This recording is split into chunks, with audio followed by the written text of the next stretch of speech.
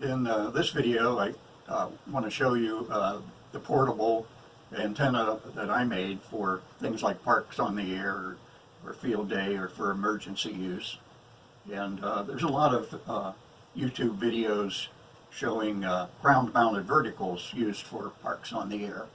And I want to talk about that a little bit first.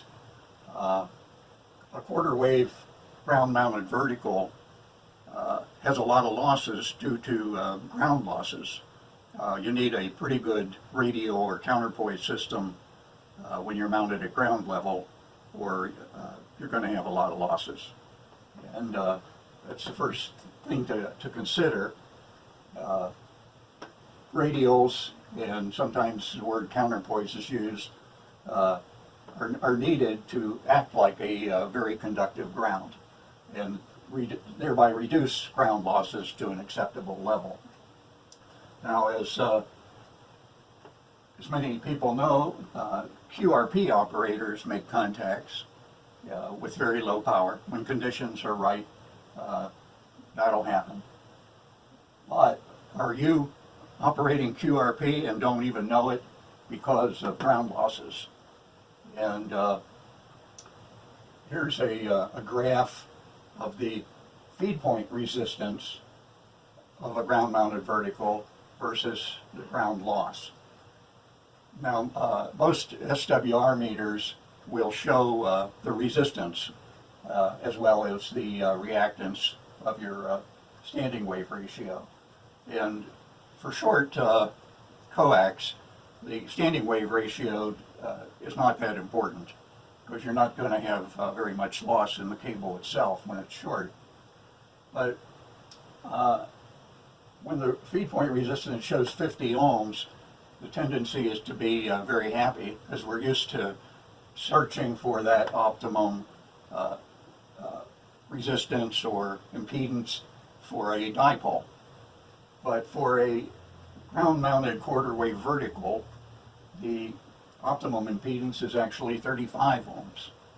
So a quarter wave vertical mounted on a perfect ground, highly conductive ground, will have a feed point resistance of 35 ohms. So that's really the number you're shooting for. So when you see 50 ohms, you've already lost half your power. You're down 3 dB, and half your power is going to heating up the ground. And a feed point resistance of 60 ohms, you might already have lost 3/4 of your power. So if you started out with 100 watts, you're down to now 25 watts. And the higher the resistance you measure, the more the ground loss. So this is something you can do. A lot of commercial antennas make ridiculous claims. You can take an SWR meter, find out your feed point resistance, and see right away how much power you're losing to heating up the ground. So a popular thing I'm seeing on POTA videos right now is using a metal window screen on the ground. And this may work, but why not find out? Measure that feed point resistance and see if it's working for you. Now, when you go to loading coils, you're now less than a quarter wavelength, and things get even worse with ground losses. So what I decided to do was to get my vertical up off the ground. There's another type of antenna called a ground plane antenna, and all that is a vertical antenna raised up off the ground with a radial system or counterpoise that's above ground. And once you get up off the ground 4 feet or more, that works pretty well, and you have minimal ground losses. So next I'll show you how I did that. The antenna that I'm building is based on this telescoping whip antenna, and this will telescope out to 17 feet, which is at least a quarter wave on 20 meters. So, and the length can be adjusted for various bands to make a quarter wave. So on 20 meters, you need about 16.5 feet, and I determined that the first section I should only put out about 6 inches and then fully extend the rest of it for the best SWR on 20 meters. And on 6 meters, that the quarter wavelength is 4.5 feet. But on 6 meters, you can also make it a 3/4 wavelength. And here your takeoff angle is about 15 degrees, and here it's 45 degrees. So you might want to do this to work parks that are closer in, assuming you're doing parks on the air. And I suppose you could do a 3/4 wave on 2 meters as well. So everything's based on this whip. Now, of course, a loading coil can be added to get down to 40 meters, and I'll cover that in a separate video. I made a base for this antenna, and this will mount off to the side of the roof of my vehicle, and the whip will screw into that. So basically, I set the whip to the length that I want before I screw it in, because this ends up being pretty high off the ground. So let's get into it some more. This wooden board is how I plan to mount my vertical antenna to the car. It's just tie wrapped between the rails that run on each side of the vehicle. And I plan to mount the base of the vertical right here. Here's some details on the antenna base for mounting the whip. I used a Hammond die-cast aluminum box. This is a piece of type 2 PVC plastic. It's a 1/2 inch thick. And I got that from McMaster Car. This is what they call a coupling nut, and it's 3/8 inch with a 24 thread per inch tapped hole through it. And that's what the base of the whip is going to screw into. Now, there's really nothing in the box. There's just a wire connecting the SO239 to that coupling nut on the top. And there's a bolt there that the wire is connected to. The wing nuts on the sides are in case I find I need radials. I have a place to connect them. And these long screws are going to mount this to the piece of wood on the top of my car. And if you choose to make something like this, don't forget to put in some weep holes. I have one in each corner to let out any rainwater that might seep into the unit. Now here's a coupling nut, and here's a bolt with a matching thread. And I got those items from McMaster Car.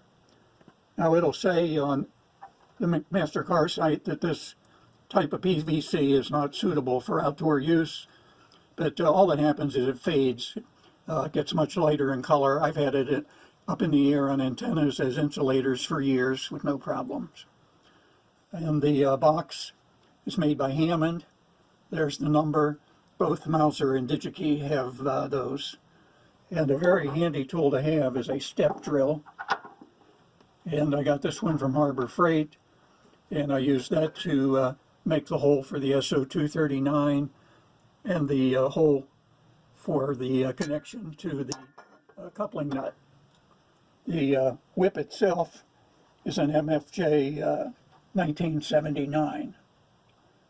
So let's put all this together and I'll show you how it mounts.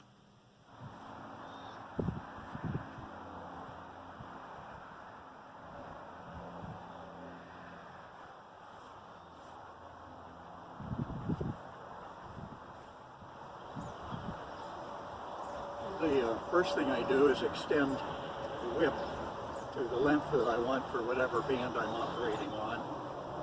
If I had a loading coil for lower frequency bands, I would screw that on at this point as well. And I carry this box with me, carry gear in that, and then I use it to stand on, which makes this much easier.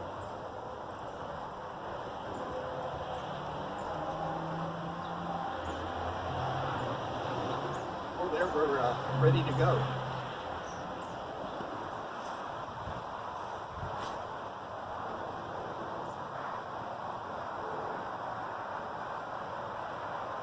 Now there's no place for me to make a physical electrical connection to the body of the car here. So in case you don't know, a typical 2-meter mag mount antenna is capacitively coupled to the vehicle through the base of the antenna. So I'm doing the same thing here, but at a lower frequency we need a bigger capacitor. So I've taped aluminum foil to the roof of the car. This just stays on here for as long as I want to work POTA. I suppose it'll get ripped up eventually. And the way I make connection to that piece of aluminum foil is with another little piece of aluminum foil. I'll show you here next. Okay, this little pad here has bare wire on the inside to make connection to the foil, and then this is going to get connected right here to the base mount here for the whip.